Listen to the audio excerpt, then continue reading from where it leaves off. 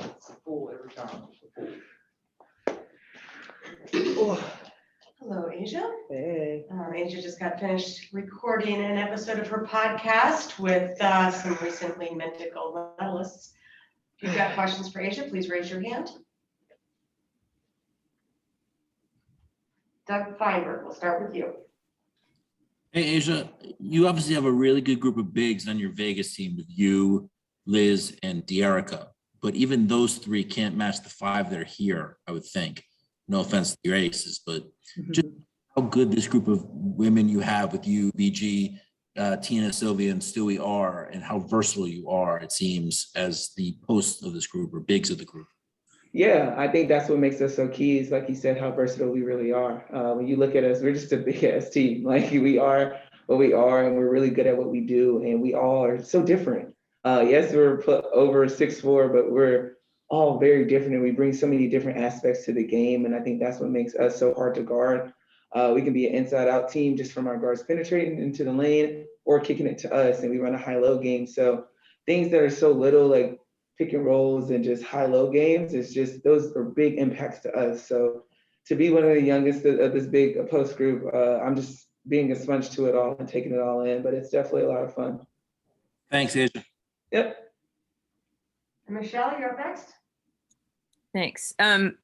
Asia, I know you've been watching the 3-on-3. What was it like to see obviously two of your aces teammates and your best friend get that gold medal, and how much fun has it been for you to see how that sport has been embraced? Oh man, it's just I can't even put into words how happy I am for them. There are a lot of players on that team that doesn't really get the credit that they need to. Sorry, my glasses are fogging up. On their market team, but then they come here and they're whole Olympians, they're whole gold medalists, and they show the reason why they're the best at what they do. And I'm gonna spill a little tea on Lee. She did text me kind of like, I'm just so nervous. And I'm like, girl, you're built for this, you're made for this. And for her to go out there and win that gold medal, being my best friend and seeing my teammates and stuff as well out there, it was just I was overwhelmed with joy, and I know how happy they were. So I'm so proud of them, what they've done to be the first ever gold medalist for 3x3.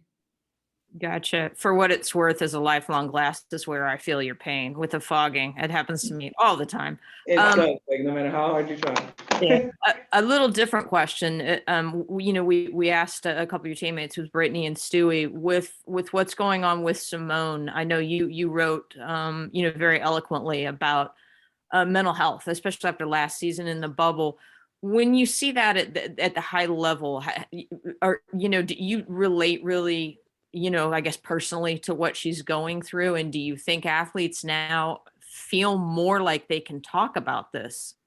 Yeah, and I think it needs to be talked about. And I feel like I relate to her more than I probably ever thought of, for her to just have that courage just to go out there and really take it and understand it and know that it's real. I think that's the thing that people don't understand. They look at us and they look at our accolades and think, oh, nothing can possibly be wrong. Your life is perfect.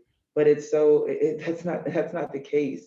We're humans. We go through things. We fought through things to get to where we are. And sometimes it gets overbearing. And it weighs on you and it hurts. So for her to have that courage, I'm behind her 100%. It's tough, and I think we do need to have these conversations more.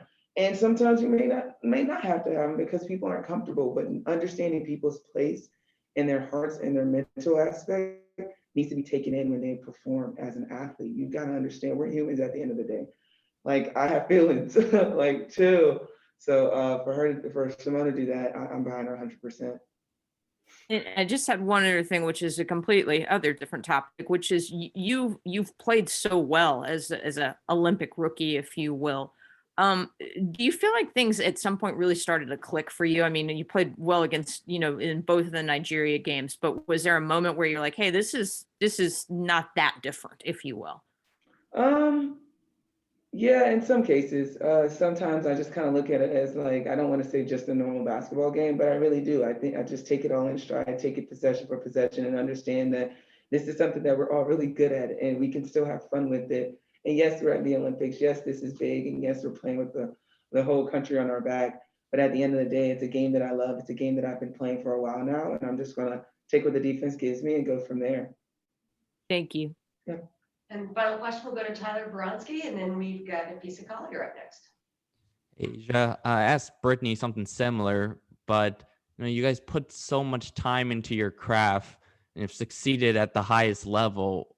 How much of a challenge is that to separate yourself from your sport, from your accolades? Because Simone talked about it for her, and she tweeted out that really it wasn't until, all the support and love she got is when she realized, she's more than her accomplishments at the end of the day. So how much of a challenge is that? It's really tough, honestly, it is. And I'm grateful, and I think a lot of us athletes are grateful that we have these small circles, these villages that help build us to who we are before we got the fame, before we got the accolades. And those are the people that I lean on the most, people that probably know me better than I know myself. And they help me kind of gravitate to things that are positive energy, things that I need to hear, and not just necessarily want to hear. And those things help me separate myself out of just the Asia Wilson, the basketball player. It helps me be Asia, helps me be free in who I am, and it clears some mental space in my head. And that's what I need the most, especially during these times. So any chance that I get, I know my parents, they're like, call us, we don't care if it's 3 a.m. I need that. Those little things there help me separate and understand that, okay, everything's okay right now. I can get through this. So I lean on my crew, my fam the most. Thanks, Asia. Thank you very much, Asia.